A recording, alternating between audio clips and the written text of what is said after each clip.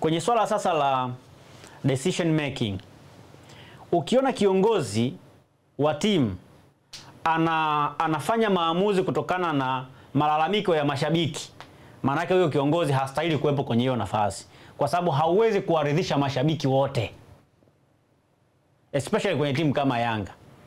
Ni timu ambayo ina mashabiki ambao ni zaidi labda ya milioni 1. Umenielewa? Kila shabiki atakuwa na mawazo yake.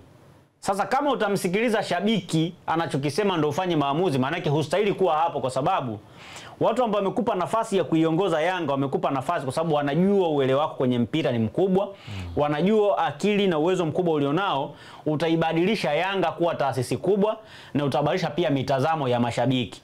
Lakini kama wewe kiongozi ndo unatoka mbele tena kusikiliza mashabiki wanasema nini, unatekeleza kile ambacho mashabiki wanataka, maana yake hufai kuwa hapo. Kwa sababu kila shabiki atazungua, ataona sana ni yeye ana nafasi ya kutoa maamuzi muda kwa kutishauri kitu muda wote na kafanywa kazi, kitu ambacho hakiwezi kikawa sawa.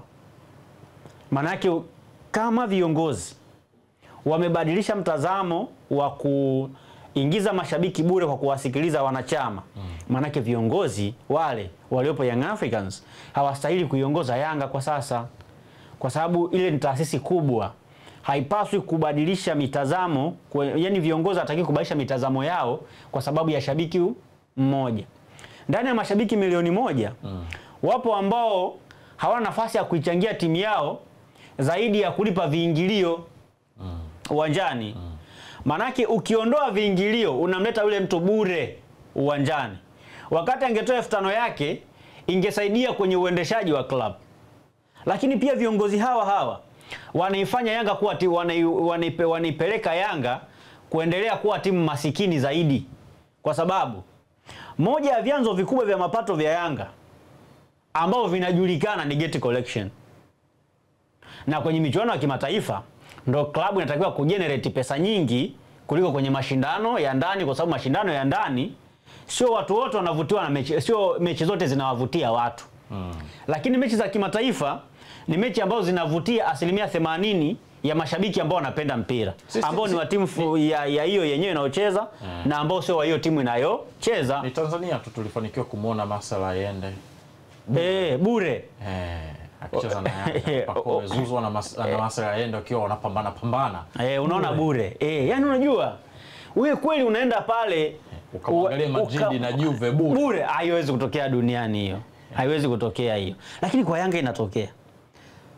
Nafikiri huu ni mtazamo wangu na utabaki kuwa mtazamo wangu tu. Hujanishauri, sijashauriwa na mtu yoyote. Hatupaswi kuwa na viongozi kwenye hizi timu za Simba na Yanga ambao wanaingiza mashabiki bure. Kiongozi yoyote ambaye anaingiza mashabiki bure uwanjani hastahili kuwa kiongozi wa Simba na Yanga, kwa sababu hizo ndo timu za mfano Tanzania. Ndo timu ambazo zinapaswa kuwa mifano ya kuigwa kwenye vilabu vingine. Ndo timu ambazo zinapaswa hata kuongeza value ya mashindano ya kimataifa kwa kuongeza pia viingilio ili ziweze kunufaika zaidi na ziweze kuwa na uwezo wa kujiendesha zaidi. Tuseme ukweli kabisa. Sawa. Leo Simba akitoka Mo Dewji, Simba inabaki itarudi kwenye yale maisha yake ya kulialia. Leo Yanga akiondoka GSM inarudi kwenye maisha yake ya kulialia. Sasa kwenye nafasi kama hizi au fursa kama hizi ambazo mnazipata za kusustain kwenye mashindano ya kimataifa kwa muda mrefu, mnapaswa kuvuna pia pesa nyingi ili within 5 years mnakuja kwenye akaunti ya klabu kuna pesa ambayo inaweza kuwasaidia hata kuendesha timu hata kwa mwaka mmoja kwa pesa ambayo imetoka kwa wanachama na mashabiki ambao wameingia uwanjani. Lakini kama mnaendelea kuwapa watu bure kuingia uwanjani, inakuwa sio hamtengenezi mazingira mazuri ya kuijenga timu, ila mnatengeneza mazingira magumu ya timu kusurvive miaka miwili inayokuja.